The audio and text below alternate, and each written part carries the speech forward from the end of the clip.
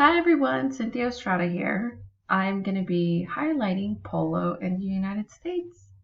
So let's get to it. Polo is a game of Central Asian origin. Polo was first played in Persia, or known as Iran today, from dates given back as far as the 6th century BC to the 1st century AD. Polo was at first a training game for cavalry units, usually the King's Guards or other elite troops. Polo was later introduced into India by Muslim conquerors in the 13th century, which is the modern-day polo we know now. A score is made by hitting the ball between the goalposts. Play begins with the two teams of four lined up facing each other in the center of the field. One of the umpires bowls the ball between the teams. Then, with passes to teammates, speed, and maneuvering, each team tries to score as the opponents try to prevent a score. If there is no score, another play is played, but the goalposts are widened. A game consists of 4 periods of 7 minutes each. The player is assigned a position with certain responsibilities, but the positions are numbered, not named. When a team scores, the team changes its ends to equalize any field or weather advantages. And polo players could also play with their right hand only. Each player wears a protective helmet, riding boots to just below the knees, and a colored shirt bearing the number of his position. The ball for the outdoor polo is made of bamboo or willow root. The mallet has a rubber-wrapped grip. The ball is struck with the side of the mallet, not the end. Polo is overseen by the USPA, or United States Polo Association, which is the national governing body for the sport, which was founded in 1890. They also have a Museum Hall of Fame in Lake Worth, Florida. Anybody can participate in horse polo as long as they are able to ride a horse. They also have to know the rules to play a fair game and have access to a horse on a regular basis. The sport can be dangerous if the player cannot ride a horse. Polo is played professionally in only a few countries, notably Argentina, Australia, Brazil, Canada, Chile, Dominican Republic, France, Germany, Iran, India, New Zealand, Mexico, Pakistan, Jamaica, Spain, Switzerland, the United Kingdom, and the United States. The USPA has about 4,500 individual members and about 250 polo clubs across the US and Canada. And one of the clubs is about 5 minutes from where I live, which is what sparked my interest for this project. One can be a member at any age, and the membership rates are from $50 to $200 or a $2,500 lifetime membership as well. So as mentioned earlier, the USPA is the governing body for polo in the US, and the US is the only country that separates women polos, which is run by the United States Women's Polo Federation.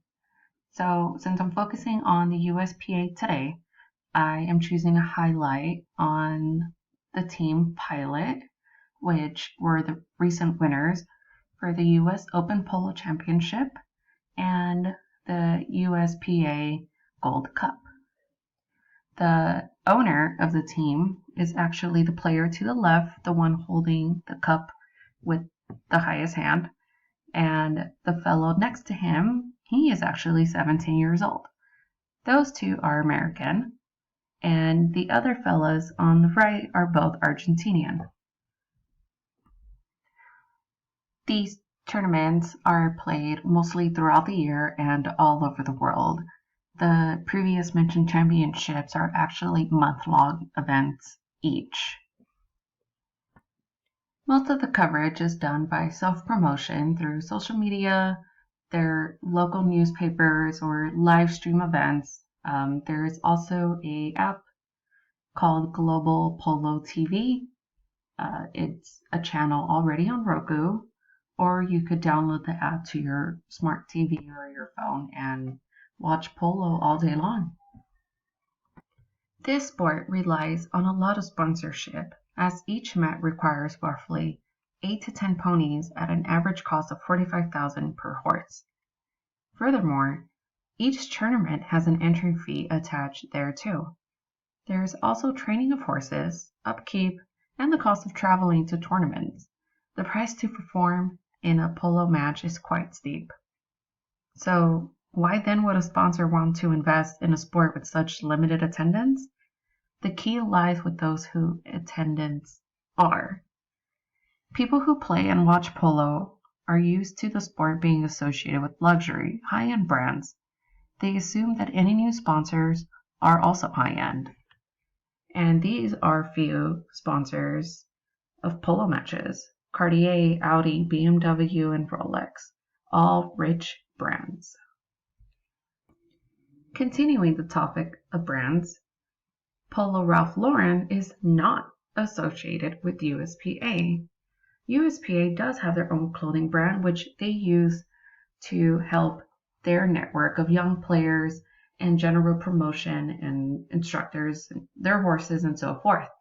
The logo below is the brand of USPA, similar to Ralph Lauren's, but not.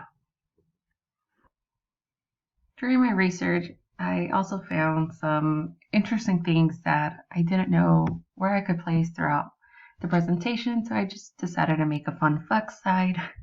One of which is that polo ponies are a specific breed. For polo, they're not just called ponies or referred to as horses that play polo.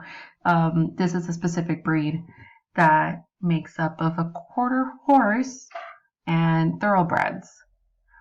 Also, another fun fact is that in Great Gatsby, there is the main character, Tom Putnam, who is an old money polo player, which is very similar to a real life polo player named Tommy Hitchcock Jr., who is probably one of the best players in history. And his family was in a very affluent family in South Carolina and established much of the equestrian culture that makes the town appealing today. And also, last, I found it interesting how polo could be played with other animals like elephants, donkeys, and camels.